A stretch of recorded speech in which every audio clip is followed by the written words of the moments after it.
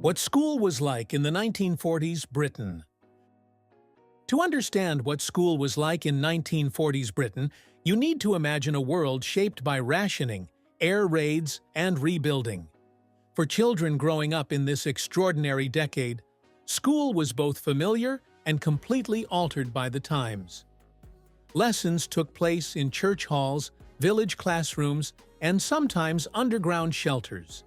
Evacuation sent millions to rural areas, and post-war reforms transformed the education system forever. Through hardship and resilience, schools became not just a place of learning, but a cornerstone of survival and hope for the future.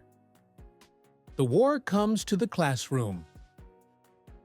The outbreak of the Second World War in 1939 changed British schools almost overnight. Many classrooms in big cities were closed or damaged by bombing raids. In London, Liverpool, Coventry, and other heavily targeted areas, children often walked past rubble on their way to lessons. Some schools were destroyed entirely, leaving children without a fixed classroom. Education authorities tried to keep learning going, even if it meant holding classes in unusual places. Church basements, village halls, barns, or even outdoors when the weather allowed. Teachers were instructed to continue lessons despite constant disruption, and children often brought their gas masks with them into the classroom. School timetables were never guaranteed. A morning's arithmetic might be interrupted by the wail of the air raid siren, sending pupils and teachers rushing to the nearest shelter. While this created anxiety, many children grew up accepting these interruptions as normal. Life in British schools in the 1940s was inseparable from the war raging around them. Evacuation, new homes, new schools. The most defining feature of schooling in early wartime Britain was the evacuation program. In September 1939, the government evacuated more than 1.5 million children, mothers with infants, and teachers from cities into safer rural areas. Known as Operation Pied Piper, it reshaped the daily lives of millions of children. For evacuated pupils, education suddenly looked very different. A child from East London might find themselves in a small Cotswolds village, sharing a single classroom with children of all ages. Some evacuees were warmly welcomed by local communities, while others felt like outsiders. The blending of urban evacuees and rural children often caused overcrowded classrooms, with one teacher responsible for dozens of pupils. Although many evacuees benefited from fresh air and more space, homesickness was common. Some evacuees were billeted in households that treated them poorly. Yet, despite the difficulties, evacuation broadened horizons. Children learned about farming, rural life, and often picked up new accents and manners. Education wasn't just in the classroom, it was in the life experience of adapting to a completely new environment. Teacher shortages and scarce resources. The war drained schools of both teachers and supplies. Many male teachers joined the armed forces, while others were drafted into war industries.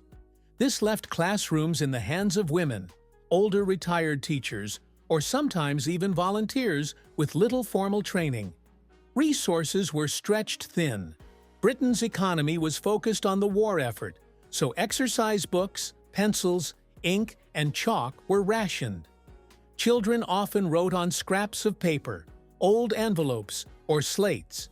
Some schools encouraged pupils to reuse pages, erasing notes to save paper.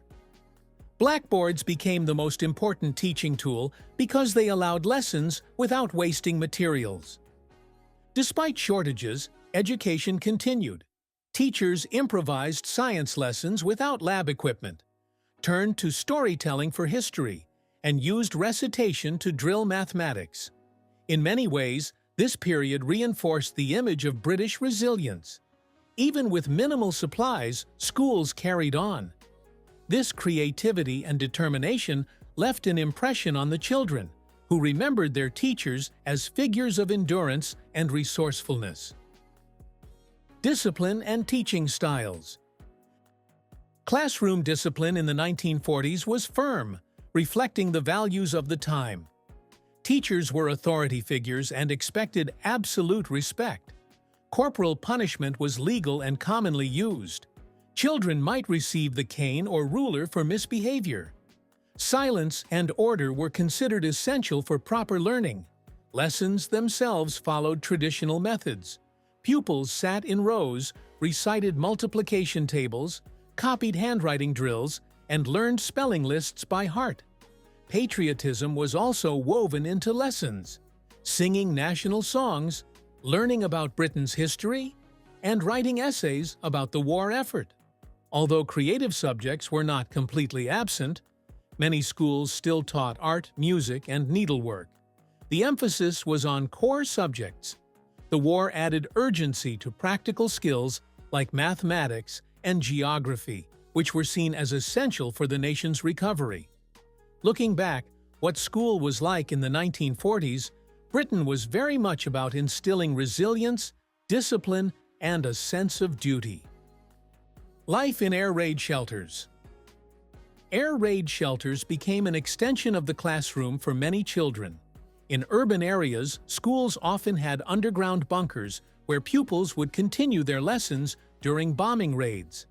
In London, families sheltered in underground stations nightly, and there are documented cases of teaching continuing in shelters. Formal adult classes were even held on tube platforms during the Blitz, though for school children, lessons usually moved into basements, shelters, or makeshift classrooms rather than regular tube platform classes. Imagine trying to concentrate on arithmetic while hearing distant bombs rumbling overhead. For many pupils, learning under these conditions was frightening, yet it became routine. Teachers tried to keep children calm, leading games, songs, or short lessons by lantern light. In some schools, teachers carried on reading aloud while children sat on wooden benches in the shelter, books clutched tightly in nervous hands. These experiences stayed with the children for life. Education in 1940s. Britain was not just about what was written in books. It was about surviving together, learning resilience, and finding moments of normality in extraordinary times. School meals and rationing. Food shortages shaped every aspect of British life, and schools were no exception. To make sure children received enough nutrition, the government expanded the school meals program. Before the war, only a small percentage of pupils ate at school, but by June 1945, about 1.7 million pupils, roughly one-third, were receiving a daily hot meal. Participation continued to rise after the war as the service expanded. Meals were simple and based on rationed foods: stews with root vegetables, mashed potatoes, and puddings made with powdered egg or dried milk. Children queued with tin plates for servings that might look meager today, but they were invaluable at the time. Milk was also provided in schools. From August 1946, free milk for all pupils under 18 in maintained schools was introduced through powers in the Education Act, 1944, and the provision of free milk regulations. 1946, a move commonly referred to as the Education Milk Act, 1946. This guaranteed at least one source of nourishment in a rationed diet. Rationing itself continued well beyond the war years. Bread, meat, fats, and sweets were still tightly controlled, and full food rationing did not end until the 4th of July, 1954. These measures shaped children's diets and made school-provided food a lifeline for many families. The 1944 Education Act, a turning point. In the midst of war, the government was already planning for peace. The Education Act of 1944, commonly called the Butler Act, was one of the most significant reforms in British education history.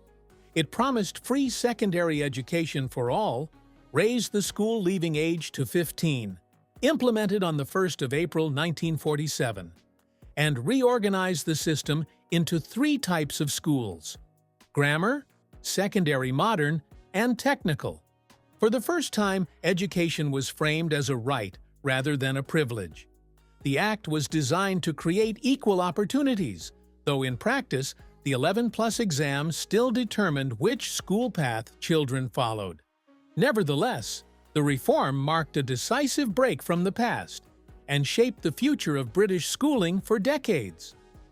By the late 1940s, children who had spent their early years in war-torn classrooms were beginning to benefit from this new system. It represented hope.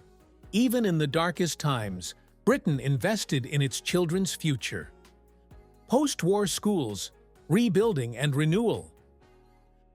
By the end of the 1940s, Britain was emerging from the devastation of war into a period of rebuilding. Schools mirrored this recovery.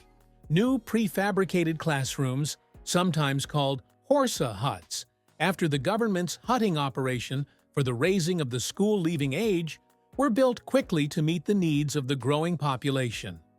Though rationing continued into the early 1950s, there was a renewed focus on improving education. Teachers began to emphasize not just discipline, but also creativity and modern teaching methods. Children were encouraged to think about their future careers in a recovering Britain. For many pupils, the classroom was more than a place of learning. It was a symbol of stability after years of upheaval. Looking back, life in British schools in the 1940s tells a story of endurance during war, adaptation in hardship, and optimism in rebuilding. School in 1940s Britain was defined by air raid drills, evacuation, shortages, and resilience. Yet it was also a time of reform, hope, and community. From wartime classrooms to the landmark 1944 Education Act. What school was like in 1940s, Britain reflects a generation shaped by struggle but looking firmly toward the future. Thank you for watching this video. Please don't forget to subscribe and turn on the notification bell.